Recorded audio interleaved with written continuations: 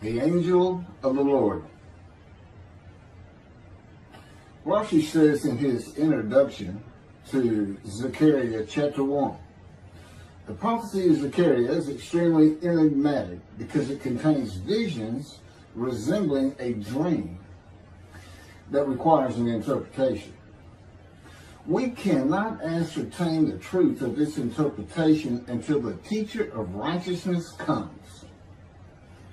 Nonetheless, I will put my heart to recounseling the verses one by one, according to the interpretations that resemble it, and follow the interpretation of Jonathan.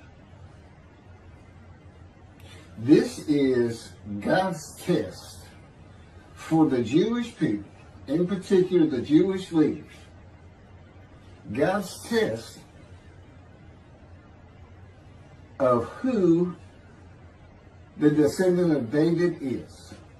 The man described in Isaiah 53, the teacher of righteousness.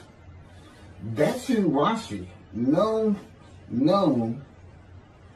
as one of the first rabbis to say that Isaiah 53 described the people, the Jewish people, as the patriarch Israel. Then here he is in Zechariah, saying we got to have to know the truth of at least chapter 1 of Zechariah, to know its truth, because we can't do it. And no Jewish man, religious, academic, commentator, or otherwise, has ever had the answer to this. And yet this video is going to give it to you. Why? I'm a teacher of righteousness. This is Zechariah chapter 1, verses 7 through 12. That's the preamble that Rashi leads into before he starts his commentary. And this is in midrash form. That's where I take parts of a verse and interpret each in individual segments. Verse 7. On the 24th day of the 11th month of the second year of Darius, the month of Shabbat, this word of the Lord came to the prophet Zechariah, son of Berechiah, son of Edo. This word of the Lord. This verse continues with, in the night I had a vision, which is not a word of the Lord. The word of the Lord coming to Zechariah means the messenger of the words of God has come to Zechariah, who is the angel of God's presence, and the word of the Lord. Literally, that's his name. He has alighted upon Zechariah to bring a vision from God. Not a word, a vision. Verse 8. In the night I had a vision. I saw a man mounted on a bay horse standing among the myrtles in the deep, and behind him were bay, sorrel, and white horses. In the night I had a vision. There's a man on a horse standing in the myrtles. He is later referred to as the angel of the Lord, standing in the myrtles. The angel of the Lord alights upon and enters men, and my name, Hashem, is in him and can speak through the man. Zechariah has an angel with him who is his guide in the vision.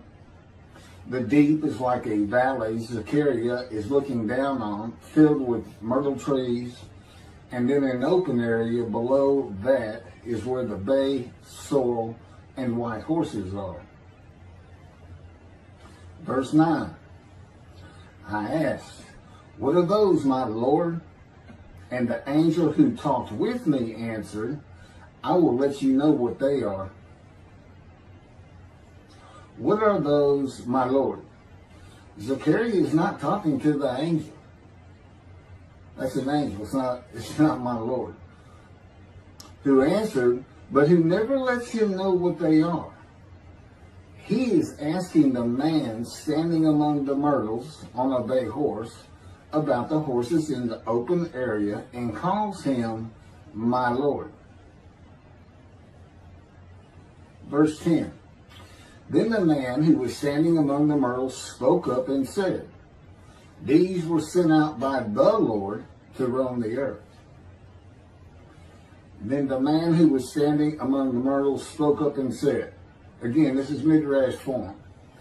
Okay, so the man standing in the myrtles answers the question of Zechariah, not the angel who is with Zechariah. Verse 11, and in fact, they reported to the angel of the Lord, who was standing among the myrtles. We have roamed the earth and have found all the earth dwelling in tranquility. And it's just like a dream. We have horses talking. You know, they could have been birds. Anything that can go far and go a long ways out and then come back. In this case, for this story or for this dream that was given Zechariah, it's horses. And in fact, they reported to the angel of the Lord. They who reported are the horses who have gone to and fro throughout the earth, and they spoke the report to the angel of the Lord, who was standing among the myrtles. The angel of the Lord, who was standing among the myrtles, has alighted upon and entered the man standing amongst the myrtles. The angel of the Lord is using this man as his visible presence. You cannot see the angel of the Lord. Just as he once used a burning bush for his visible presence, and God spoke through him to Moses. Not just as his visible presence, he also used the man to say, these were sent out by the Lord to roam the earth. In other words, it sounded like the answer was coming from this man. But it's coming from the angel of the Lord, and God is in that angel, his presence. Because that's the angel of his presence. You can find that in Isaiah chapter 63. I don't recall the verse. I never see anything on the angel of his presence. Wherever God's presence is, the presence that enters the temple, I never hear any mention of the angel that has to be with him. Why? It's the angel of his presence, who is the angel of the Lord. Yeah, I believe, and I'm not certain about this, but I've heard it at least one or two times, and that is Christianity believes the angel of the Lord is Jesus Christ. Thereupon the angel of the Lord exclaimed, O Lord of hosts, how long will you withhold pardon from Jerusalem and the towns of Judah, which you placed under a curse 70 years ago? Thereupon the angel of the Lord exclaimed. Okay, so the angel of the Lord exclaimed through the man. Zechariah heard the words come from the man standing in the myrtles. It is the only way Zechariah could have heard the words. The angel of the Lord can only speak to the man he has alighted upon. Ezekiel describes this as, a spirit entered into me and set me upon my feet, and I heard what was being spoken to me. O Lord of hosts, how long will you withhold pardon from Jerusalem and the towns of Judah, which you placed under a curse 70 years ago? The following verses are from the book of Isaiah regarding this curse. Isaiah chapter 43, verse 2. So I profaned the holy princes. I abandoned Jacob to proscription and Israel to mockery. That, of course, is God speaking. The profaning of the holy princesses is God's prophecy of the banishment of King Jeconiah and all his offspring from ever ruling over Judah and Jerusalem again. The line of the kings of Judah ended. The line described king by king in the first book of the New Testament of Christianity. the line of Jesus. The abandonment and mockery are God's prophecy that the northern kingdom and the southern kingdom of the Israelites would be defeated and deported from the promised land. Isaiah witnessed the deportation of the northern kingdom, but the deportations of the southern kingdom were many years after his death. This is chapter 43, verses 5 through 7. Fear not, for I am with you. I will bring your folk from the east, will gather you out of the west. I will say to the north, give back, and to the south, do not withhold. Bring my sons from afar, and my daughters from the end of the earth. All who are linked to my name, who I have created, formed, and made for my glory. Okay, this is God's prophecy that all the tribes of Israel would return from the Assyrian deportations of the tribes east of the river Jordan, that were Reuben, Gad, and the half tribe of Manasseh, and all the tribes of the northern kingdom deported by Assyria, defeated and deported, and the Babylonian deportations of the southern kingdom. It is a prophecy that is specific to the Assyrian Babylonian exiles. This prophecy was fulfilled according to the books of Ezra and Nehemiah and their account of all 13 tribes returning to the southern kingdom of the lands of Benjamin and Judah. Jerusalem is within the lands of Benjamin, and his lands are considered part of the kingdom of Judah, since that is where the kings of Judah rule from. 10 tribes being lost and not returning is a myth. When the 7th month arrived, the Israelites being settled in their towns, the entire people assembled as one man in Jerusalem, as the man Israel, all of them. When the people Israel gather as one man, it is all 12 tribes who were allotted lots of the promised land, and the Levites. They did not receive a portion. They were allowed to go from lot to lot, tribe to tribe, and everybody was supposed to take care of them. The Levites, that would be Levi, the son of Levi, the priestly tribe without an allotment of the promised lands. Judahites and Benjaminites alone are not Israel, though all references to Israelites would include them. All of Israel had returned together to Jerusalem and Judah, mindful of the imported Gentiles in the northern kingdom, imported by the Assyrians, many of whom tried to stop the building of the second temple. This is why everybody returning, all 13 tribes, all went to Judah. The northern kingdom was occupied by Gentiles, I would assume Assyrians and Arabs.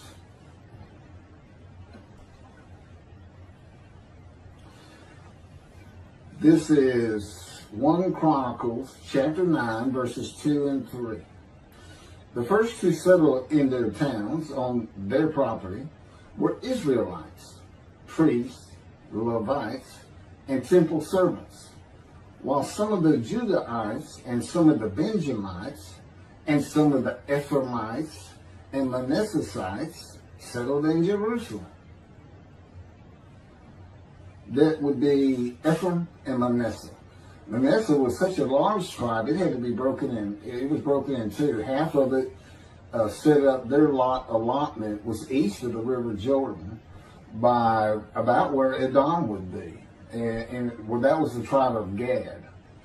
Not Edom, Gilead, where the Tishbite, Elijah, the Gentile, was an inhabitant. Ramoth Gilead.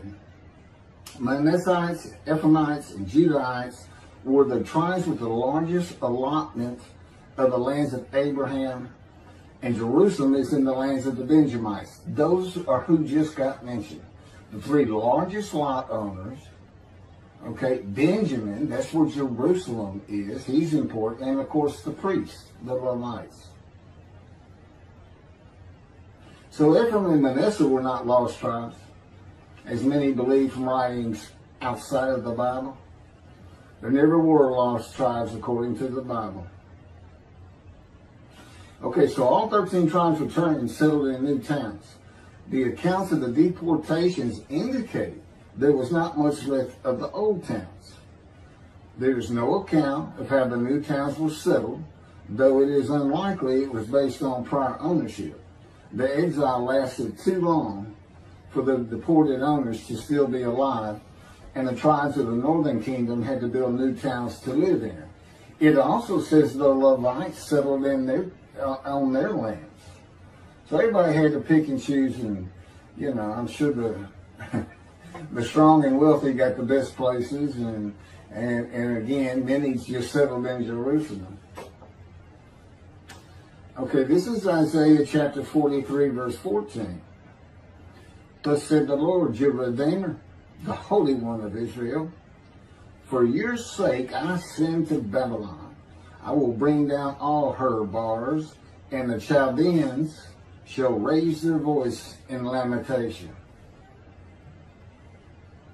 This is God's prophecy that Assyria would be conquered by the Babylonians, who were defeated by the Chaldeans. But they actually go back and forth and actually became somewhat intermingled, Chaldeans and Babylonians. And that he would raise up the Gentile anointed king Cyrus of Persia to conquer them, to clear the way for all the tribes to return.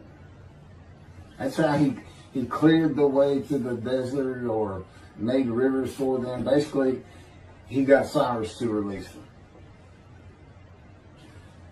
Chapter 43, verse 25. And I never hear anything about this. It is I who, for my own sake, wipe your transgressions away and remember your sins no more. Okay, this is God doing, and he says this, something new. I'm going to do something new for the Israelites. This story repeats with the new covenant that includes sin forgiveness of the Jewish people that arise with Elijah and the angel of the covenant after the exiles of the Roman dispersal return to the land of Israel in a time to come. That's in Jeremiah chapter 31. The Jewish people have returned from the Roman dispersal of them throughout the world, the diaspora, which means outside of the promised land, outside of Israel, to a land that lay desolate for more than 2,000 years until after the Holocaust, and they created the state of Israel in 1948. 70 years later, and that's funny too, because they talk about a curse of 70 years. That 70 years, I believe, just applies to the last of 3 deportations of Judah and the defeat by the Babylonians, because the northern kingdom had been defeated and deported long before that, and the first to be defeated and taken to the lands of Assyria was Gad, the half tribe of Manasseh, the lands east of the river Jordan. 70 years later, the land blooms again. Jerusalem has been rebuilt as a great city, larger than it was in ancient times. According to God's words in Jeremiah 31, the time to come to deliver the new covenant with sin forgiveness is here. That's very important for the interpretation of at least chapter 1 of Zechariah. That means the angel of the covenant that you desire of Malachi 3 is on his way, followed by God and the messenger Elijah. And when God's third temple is built, he will return to it suddenly. This is the day of the Lord. That's Malachi chapter 3. Now, Zechariah is in Jerusalem, and the construction on the second temple is about to begin. Isaiah has written God's words of sin forgiveness, which would have removed the curse long before this, when they were returning, when the remnant of the 13 tribes was returning. And the angel of the Lord proclaims, O Lord of hosts, How long will you withhold pardon from Jerusalem and the towns of Judah, which you placed under a curse 70 years ago? Okay, this vision of Zechariah and the words of the angel of the Lord through the man standing in the myrtles regarding the curse 70 years ago is to make Zechariah think and try to understand why the angel of the Lord would say this. From his perspective, the curse was lifted. He was back in Jerusalem with all the tribes preparing to build the second temple. The vision is for Zechariah to find out how and when the curse was lifted. And that's important today, because this is the day of the Lord. The new covenant is here, and every single Jew throughout the world is forgiven of their sins right now. And that message has been given to me to be delivered. And it's not getting out there. It's just not getting out there, and that's what happened here.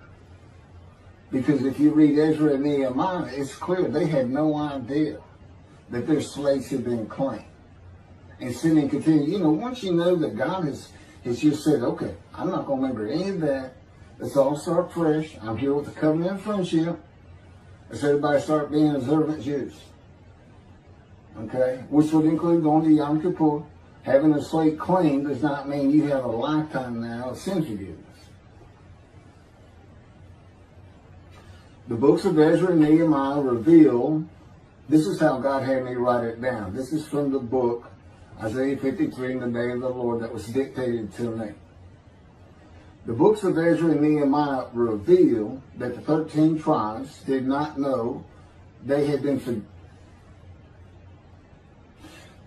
right. We had to wait for the teacher of righteousness to know. And this is another thing I never see in this Messianic era that is taught, that is coming, is that God is with the descendant of David as he was with Moses. I mean, just right there with him.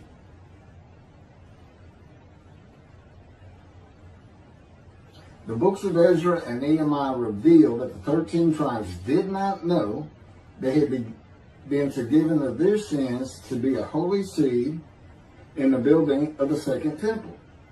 If people know they have been forgiven and have a clean slate from past transgressions against God and his laws, they are more likely to stop their sinful ways and abide by his laws in the future. The scroll of Isaiah needs to be found and interpreted by Zechariah and the religious leaders so they will know of God's forgiveness of their sins. God will be returning before the temple is built. That will be the third temple, to test the devotion of his righteous servant and make him suitable for his purpose, which might prosper. That includes the building of the third temple. This would begin when his spirit alights upon the anointed one, Moshiach. His presence with his righteous servant will be necessary for the temple to be rebuilt. Islam will not freely hand over their third most holy site to Israel and abandon the Dome of the Rock Mosque, a mosque that sits on the Temple Mount purchased by King David for God, the most holy site of the Jewish people. With God is the angel of his presence who is already on the way. You want me to skip that? Okay, this has been covered in other videos more than once.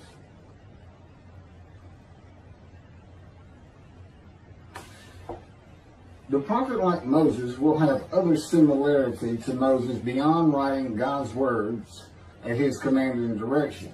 As this was written, at God's command and direction, I typed those words. To the greatest degree possible for any human being, Moshe's identity and existence became one with the Creator. Now that's who you're looking for when you say the prophet like Moses. It's not Joshua. I've heard that one. Which is, it says right there on that page, there's never been another prophet like Moses. Well, his attendant Joshua standing right there. If that's... Anyway. Moshe's identity and existence became one with the Creator. I don't think you can say that of Joshua. I don't think you can say that of any man until the Spirit of God alights upon him in chapter 11 of Isaiah. He surrendered himself to God to the extent that our sages say the Shekinah, divine presence, which is the angel of his presence, who is the Holy Spirit. He's an angel, and his body is not human form with wings. His body is the Spirit of God.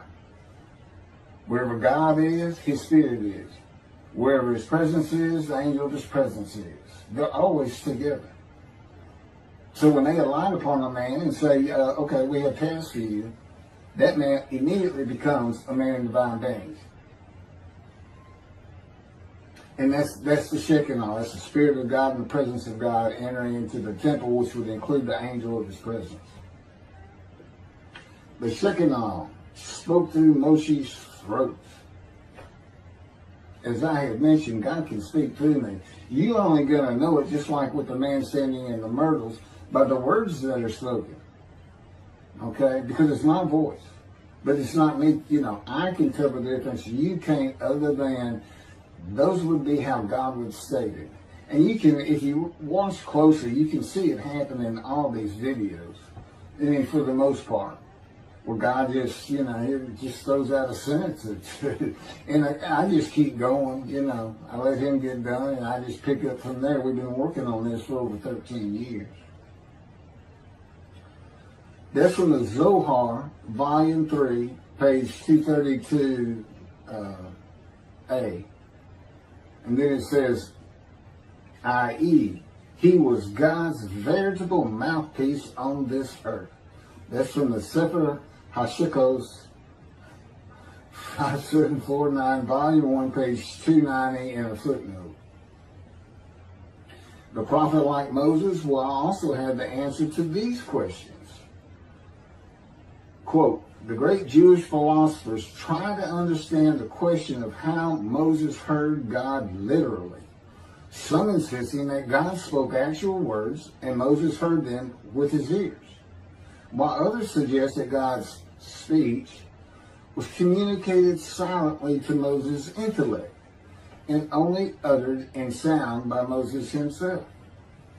Maimonides, Rambam, even as he affirmed the communication between God and Moses as a fundamental Jewish belief, ultimately conceded the mysteriousness of that process. The entire Torah reached Moses from God in a manner which is figuratively described as speech, but no one has ever known how that took place except Moses himself, whom that speech reached. That's commentary on the Mishnah, Sanhedrin, chapter 1. Well, I have the answers, and I've been telling you the answers. God is in his Spirit. Spirit enters into you, because we find it in Ezekiel. There's where God tells you. God was telling Ezekiel, get up on your feet. Ezekiel says, at that very moment, a Spirit entered into me, and I could hear the words of God. There it is. When he enters him. Now, he's not hearing that through his ears. There's the first question answered. It's not to your ears. And there is a silent knowing. That's what we call it, what God has taught me. Now, generally, I just hear words as though they came in through my ears and they're in my mind, as though my eyes and my ears had perceived. But he can put just knowledge into my mind without uttering a word. And it's kind of can be pointed out easiest with when he comes to a man, and like he came to Samuel, and Samuel just says, here I am. It's as though before he speaks to you, and this is what happened with me, he put in a knowledge in my mind that the God of creation was about to speak to me. And so when he did speak, it was as though he had always been there speaking to me. Not on my account.